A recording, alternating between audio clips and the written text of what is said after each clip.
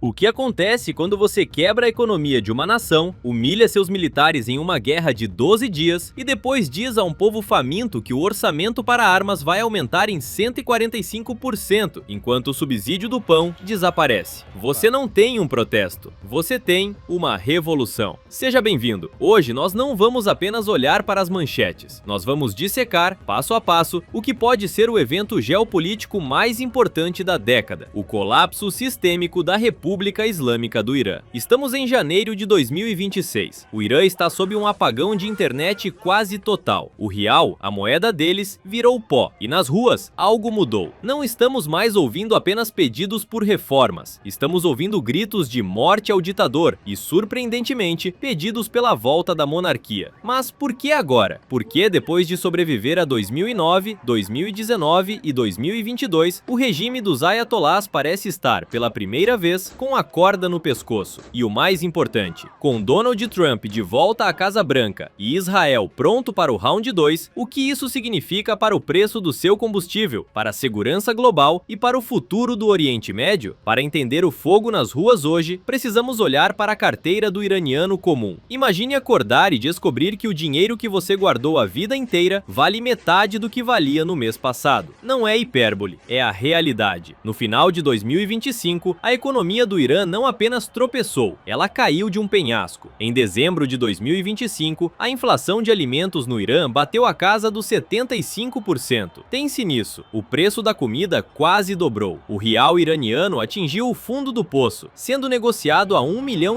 de reais por $1 americano. Mas o verdadeiro gatilho, a faísca que acendeu o barril de pólvora, foi um documento burocrático. O orçamento para o ano de 1405, o ano persa que começa em março de 2026, o governo do presidente Masoud Pezeshkian, que foi eleito com promessas de boa governança, entregou um orçamento de austeridade brutal para o povo, mas de abundância obscena para a guerra. Enquanto o povo luta para comprar pão, o orçamento propôs um aumento nominal de 145% nos gastos de defesa e segurança. Estamos falando de mais de 9 bilhões de dólares destinados a mísseis, ao programa nuclear e às milícias, no momento em que o país está quebrado. Para financiar isso, o governo aumentou impostos em 62% e cortou subsídios essenciais. Foi a gota d'água. Em 28 de dezembro de 2025, não foram os estudantes universitários que começaram a gritaria, foram os bazares. Para quem não sabe, os comerciantes do bazar, o Bazar de Teherã, são historicamente a espinha dorsal da economia iraniana e, ironicamente, foram cruciais para a Revolução de 1979, que colocou os ayatolás no poder. Quando o bazar fecha as portas e se volta contra o governo, o regime treme. Eles fecharam as lojas, primeiro no shopping Alaeddin, depois no Gran Bazar. Eles não estavam pedindo democracia no dia 28, eles estavam gritando que estavam falindo, mas a resposta do governo foi surda, e quando a fome encontra a surdez do Estado, a política entra em cena. Mas não podemos falar de 2026 sem voltar 6 meses no tempo, para junho de 2025. O mundo assistiu à guerra de 12 dias entre Irã, Israel e Estados Unidos. Se você perdeu isso, aqui vai o resumo. Foi um desastre para o Irã. Durante anos, o Irã projetou uma imagem de força intocável. Eles tinham o que chamavam de profundidade estratégica. A ideia de que, se você atacasse o Irã, eles ativariam milícias no Líbano, Iraque e Iêmen e transformariam sua vida num inferno. Em junho de 2025, essa teoria foi testada e falhou. Israel e os Estados Unidos lançaram ataques diretos, e não foram ataques superficiais. Inteligência vazada indica que os ataques atingiram o coração do programa nuclear iraniano. As instalações de Fordow e Natanz sofreram danos moderados a severos. O sistema de defesa aérea do Irã foi dizimado. Estima-se que 2/3 dos lançadores de mísseis balísticos do Irã foram destruídos. E o mais humilhante, a liderança da Guarda Revolucionária, a IRGC, foi decapitada. Dezenas de comandantes seniores foram mortos. Por que isso importa para os protestos de hoje? Porque a guerra de 12 dias quebrou o medo. O povo povo iraniano viu seu governo, que gastava bilhões em defesa, ser humilhado em menos de 2 semanas. A aura de invencibilidade do Ayatollah Khamenei evaporou. O contrato social, nós tiramos sua liberdade, mas garantimos sua segurança, foi rasgado. Agora, em 2026, quando o governo pede mais dinheiro para reconstruir esses mísseis, o povo diz: para quê? Para serem destruídos em 12 dias de novo? Voltamos para janeiro de 2026. O que começou como uma greve econômica em dezembro se transformou em questão de dias em uma insurreição política total. Os slogans mudaram. Em 2009, eles perguntavam: onde está meu voto? Em 2022, gritavam: mulher, vida, liberdade. Hoje, o grito é: morte ao ditador e morte a Khamenei. Mas há algo novo e fascinante acontecendo. Algo que a mídia ocidental muitas vezes hesita em cobrir, mas que está explodindo nas ruas iranianas: a nostalgia monarquista.